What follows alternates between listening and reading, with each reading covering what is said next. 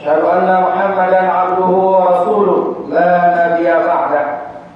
اللهم صل وسلم على سيدنا محمد وعلى آله وصحبه أجمعين. قال الله تعالى في القرآن العظيم: أعوذ بالله من الشيطان الرجيم. بسم الله الرحمن الرحيم. وإذ قال ربك للملائكة إني جاعل في الأرض خليفة. Sadaqallahul Azim. Pertama-tama dan yang paling utama adalah kita mengucapkan puji dan syukur kehadirat Allah Subhanahu wa taala yang mana oleh Allah kabir rahmat karunia-Nya kepada kita yang maju. Kabir sehat, kabir iman dan nikmat Islam kepada kita sehingga Allah yang mulia-Nya Sayyidul Ayyam penghulu segala uruh kita dapat sama-sama hadir ke rumah Allah-Nya guna sama-sama dengan melaksanakan maulidah kepadanya, yaitu salat Jumat secara berjamaah yang diwajibkan oleh Allah Subhanahu wa taala kepada tiap-tiap makhluk Allah yang ada di umumnya, khususnya adalah kepada manusia. Selalu seiring salut, marilah sama-sama kita hantarkan kepada malam baginda Rasulullah sallallahu alaihi wasallam yang karunia umat manusia dari alam jahiliyah, dari alam kebodohan, dari alam menyembah berhala. Nafsu berhala milik Ka'bah masalah sejarah dikatakan dihancurkan oleh Nabi Muhammad SAW beserta pasukan Islam pada saat Fathul Mekah, sehingga awalnya dengan dapat mengenal Allah Subhanahu wa taala. Awal boleh menyembah berhala-berhala besar, mana rata dan Uzza, tapi awalnya bagaimana dia rasakan awalnya dan kami menyembah Allah Subhanahu wa taala. Dari agama politeisme, menyembah banyak Tuhan, bakai, ulun, bintang, berhala dan sebagainya, orangnya bertanya maju, kami menyembah Allah Subhanahu wa taala adalah agama tauhid yang ditulis Rasulullah sallallahu alaihi wasallam. Lebih banyak selawat dari sekali, marilah sama-sama menghantarkan kepada oleh ilmuwan ulun jarah baik yang dalam Islam atau di luar Islam sebagai makhluk yang unik dan menarik. Sampai awalnya yang berarti para ilmuwan selalu mencoba mengkaji semua manusianya. Kibat bentuk manusia urut kampung, tapi unsur-unsur apa yang ada dalam manusia sampai awalnya mencari cari dari orang lain, khususnya para ilmuwan. Sehingga sampai awalnya tidak ada satupun keputusan pasti dipegang oleh para ilmuwan siapa manusia itu sebenarnya. Ahli sosial juga adalah makhluk sosial. Dengan manusia tidak akan bisa hidup tanpa orang lain. Ahli politik dipegang manusia itu adalah urut politik. Ahli ekonomi dipegang manusia itu adalah ahli ekonomi. Urut yang berminat kepada ekonomi. Dan itu terus bergulir, berjalan terus sampai mungkin kiamat dunia tidak akan ada yang dapat memahami siapa sebenarnya manusia. Tetapi Allah Subhanahu wa taala dalam Al-Qur'an jelas disebutkan bahwa wa idz qala rabbuka lil malaikati inni ja'ilun fil ardi khalifah, bahwa diciptakan manusia atas dunianya tidak ada lain Allah menjadi khalifah Allah di muka bumi ini. Apa dimaksud dengan khalifah Allah? Kita baca dalam tafsir Al-Ma'ani misalnya.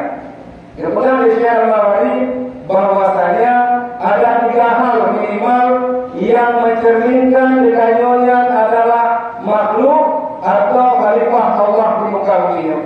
Yang pertama sekali berakhlak dengan Allah Subhanahu wa taala.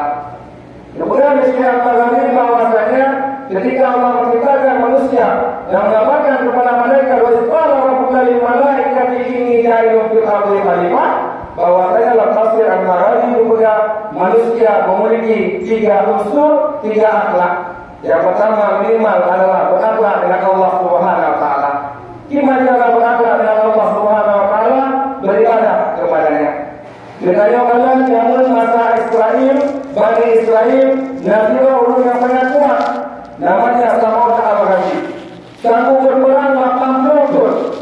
Lalu mereka berperang 80 meter. Berperang dengan orang-orang kafir menegakkan kalimat Allah seluruhnya. Tapi mereka itu tidak sanggup melawannya. 80 meter berperang fi sabilillah. Tapi umat Muhammad dengan oleh Allah Subhanahu wa taala hanya dengan sabab malam kadar, yaitu malam Lailatul Qadar. Pahala pada Lailatul Qadarnya yang terdapat dalam bulan Ramadan sama dengan pahala dengan perangnya Sam'un Ghazir ketika Sam'un Ghazir berperang melawan orang-orang kafir masa Bani Israel. Kenapa beliau sanggup? Orang-orang Bani Israel, khususnya masa Nabi Musa orang-orang sangat besar, raya-raya tahu. Teman-teman Nabi Muhammad SAW berubah tidak sanggup dan mampu untuk berperang apapun, hanya dibantu oleh Allah Subhanahu Wa Taala dengan satu malam Lailatul Qadar, kemudian pahala mendapat sama dengan pahala yang dapat oleh Islam orang al-Ghazali.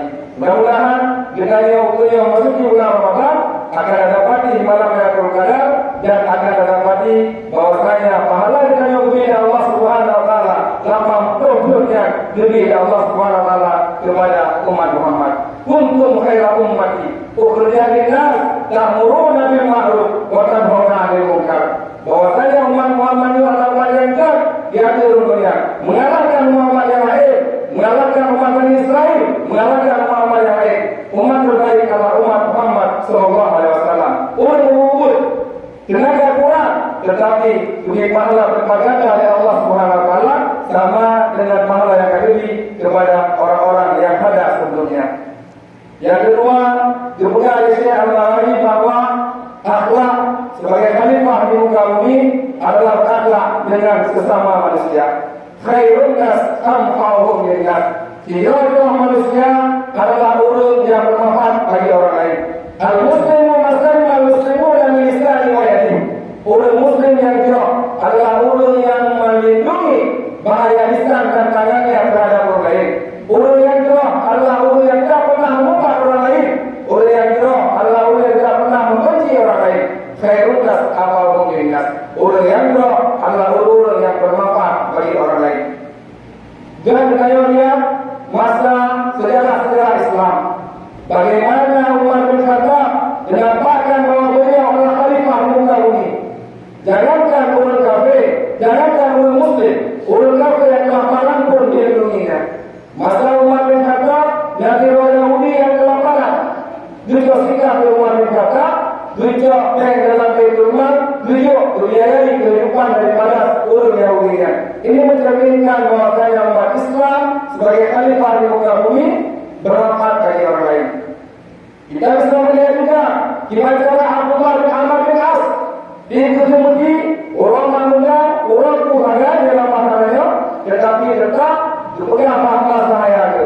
Wahai apa saya itu, apabila kata kasih unta, kasih kami, kasih domba dan lain sebagainya, turun kata dia turun di sekitar katanya yang kecium baunya. Inilah bagaimana sikap cerminan orang Islam sebagai khalifah di muka bumi. Yang ketiga, juga secara pribadi bahwa tampilan cerminan budaya orang yang Islam sebagai khalifah akhir dunia adalah berakhlak terhadap lingkungan. Dahal al-fasadu fil bahri wal bahri bima kasabat aydin nas. Tidak terjadi kerusakan akhir dunia di darat dan di laut kecuali ulah tangan manusia sendiri. Dituntut oleh Allah Subhanahu Wa Taala kepada kita sebagai khalifah Allah untuk kita mengurangi atau menghancuri dan menjaga alam sekitarnya. Maka Jamul Abu Bakar Siddiq waktu Umrah diperintahkan kepada pasukannya, wahai pasukan lo, jangan kamu perang di sabilillah, berdoa khalifah. Kamu perang lawan kafir, berdoa khalifah. Tidak ada satu pun pohon kayu yang hancur pada dalam perang. Tidak boleh ada satu pun pohon kayu yang patah yang berubah gara-gara kayu perang. Inilah adalah ulama Islam. Jika kamu perang, ulama memakai ranting dari patah.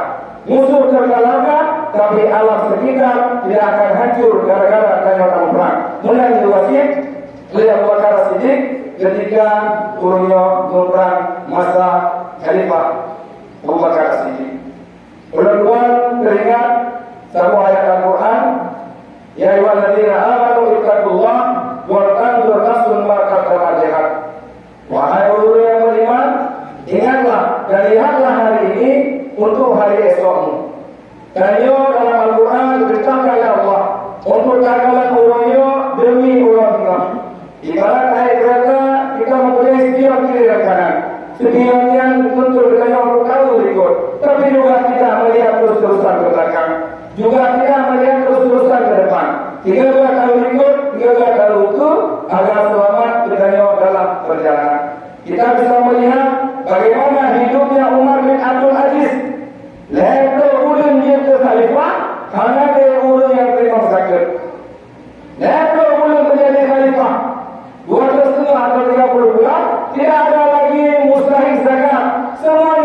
pergi zakat.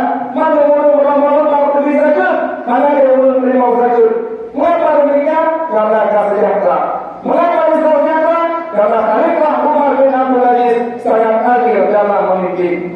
Kita yang bisa juga menyatakan kesempatan Umar bin Abdul Aziz ketika surah dengan kerja, udah kampung agama berwarna kerja, tiba-tiba di kampung ada itu orang yang anda, lo ada ulama pun anda, lo ulama masalah pribadi yang anda, yuk, lo ya Umar bin Abdul Aziz jemput aku, kalian itu, orang yang anda pakai daripada lampu, nyo lampu tak pakai dengan minyak raya.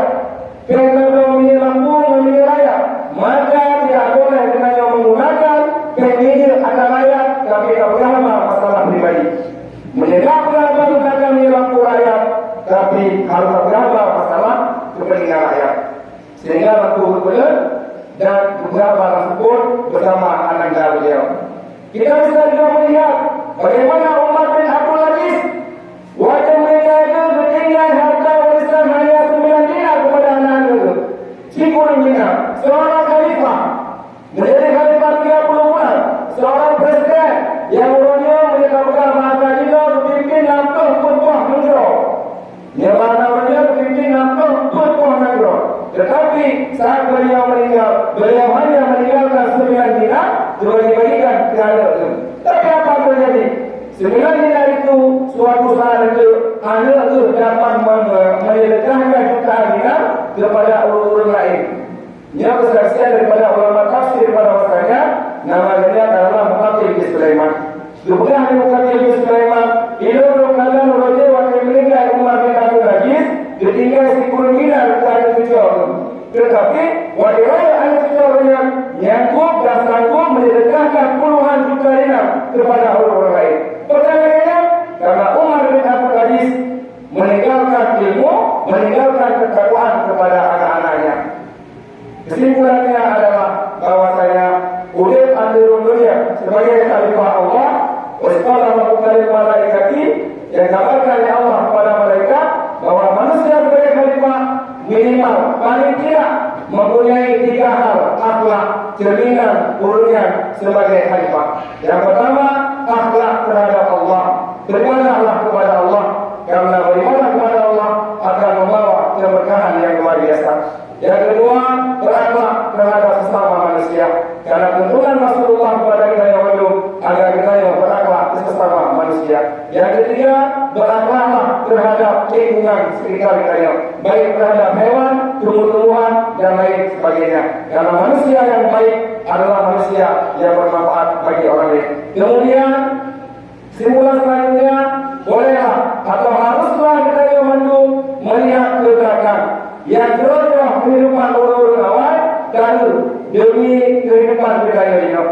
Yang tidak bagus, kurang bagus kita tinggalkan.